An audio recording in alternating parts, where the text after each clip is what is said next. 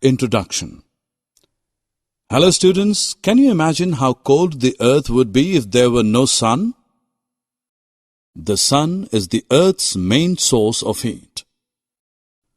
Only a little of the sun's heat reaches the earth.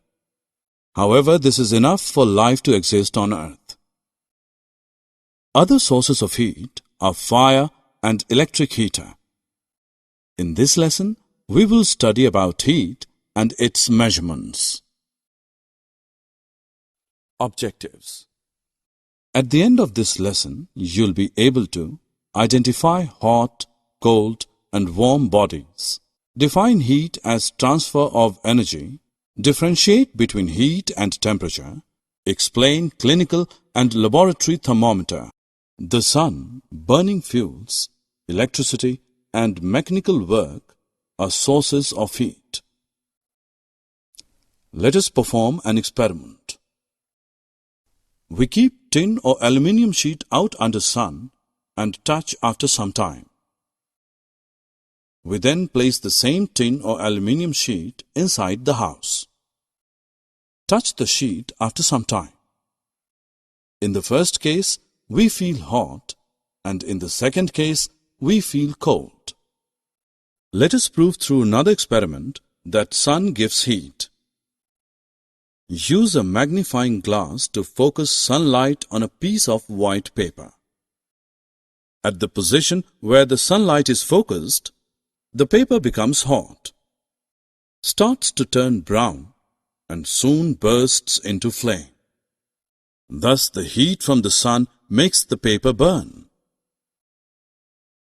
Man can generate heat by burning wood, coal, and gas.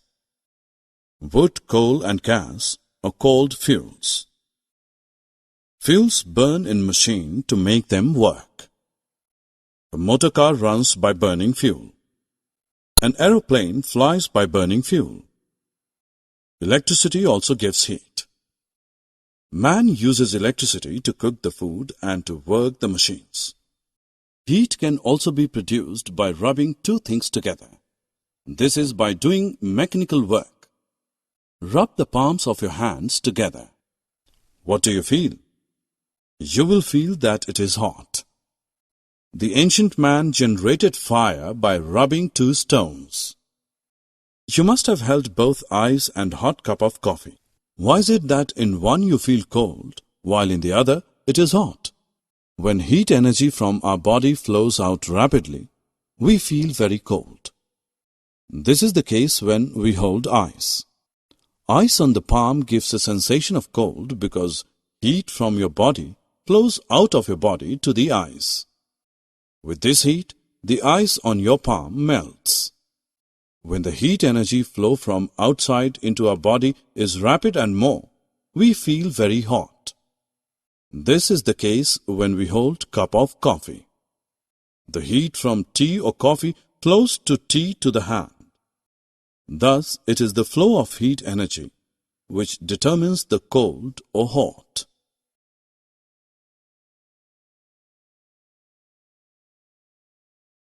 Students, let us perform an activity to understand the concept of direction of heat flow.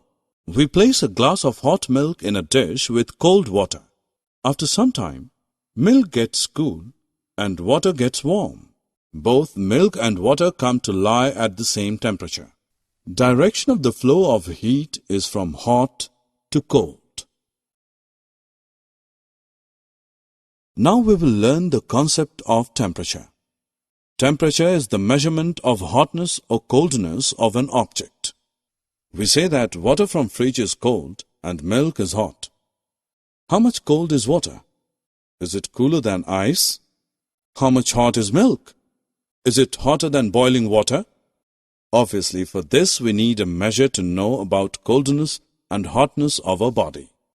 A hot body is at a higher temperature than a cool body. When a substance is heated, its temperature rises. On cooling, the temperature comes down. Degree of hotness or coldness in a body is described as its temperature. The table shows the difference between heat and temperature. Heat is a form of energy. Temperature is a measure of heat energy level. Heat energy raises the temperature of a body, while the temperature decides the direction of flow of heat. Heat flows from a body at higher temperature to the body at lower temperature. Heat is measured in joules. Temperature is measured in degrees Celsius or Kelvin. Now that we have learnt about temperature, let us look at the device used to measure temperature. It is called a thermometer. The most common use of thermometer is to measure our body temperature. Such a thermometer is called a clinical thermometer. A clinical thermometer consists of a long, narrow, uniform glass tube. It has a bulb at one end filled with mercury. Outside the bulb, a small shining thread of mercury can be seen. A clinical thermometer reads temperature from 95 degree Fahrenheit to 107.6 degree Fahrenheit. The normal temperature of human body is 98.6 degree Fahrenheit. The clinical thermometer is also known as a doctor's thermometer. Precautions to be observed while reading a clinical thermometer are as follows. Thermometer should be washed before and after use, preferably with an antiseptic solution. Ensure the mercury level is below 95 degree Fahrenheit. Read the thermometer keeping the level of mercury along the line of sight. Handle the thermometer with care. If it hits against some hard object, it can break. Do not hold the thermometer by the bulb while reading it. Let us now discuss laboratory thermometer. A laboratory thermometer is used for measuring the temperature in a science laboratory. It is similar to clinical thermometer but is long and narrow. A laboratory thermometer reads temperature from -10 degrees Celsius to 110 degrees Celsius. Let us now measure the temperature of hot water kept in a beaker. Take a laboratory thermometer. Immerse the bulb of thermometer in hot water. See the shining thread of mercury moving up in the thermometer tube. After some time, the mercury thread will stop rising and stand at one place. Read the temperature on thermometer tube, which corresponds to the top of mercury thread. This is temperature of hot water. Summary. Let us summarize what we have learned. You feel cold, warm and hot. Heat flows from hot to cold. Temperature is the measure of heat. A hot body is at a higher temperature than a cool body. Thermometer is used to measure the degree of heat in a body. Clinical thermometer is used to measure our body temperature. The range of this thermometer is 95 degree Fahrenheit to 107.6 degree Fahrenheit. For other purposes, we use laboratory thermometers. The range of laboratory thermometer is -10 degrees Celsius to 110 degrees Celsius.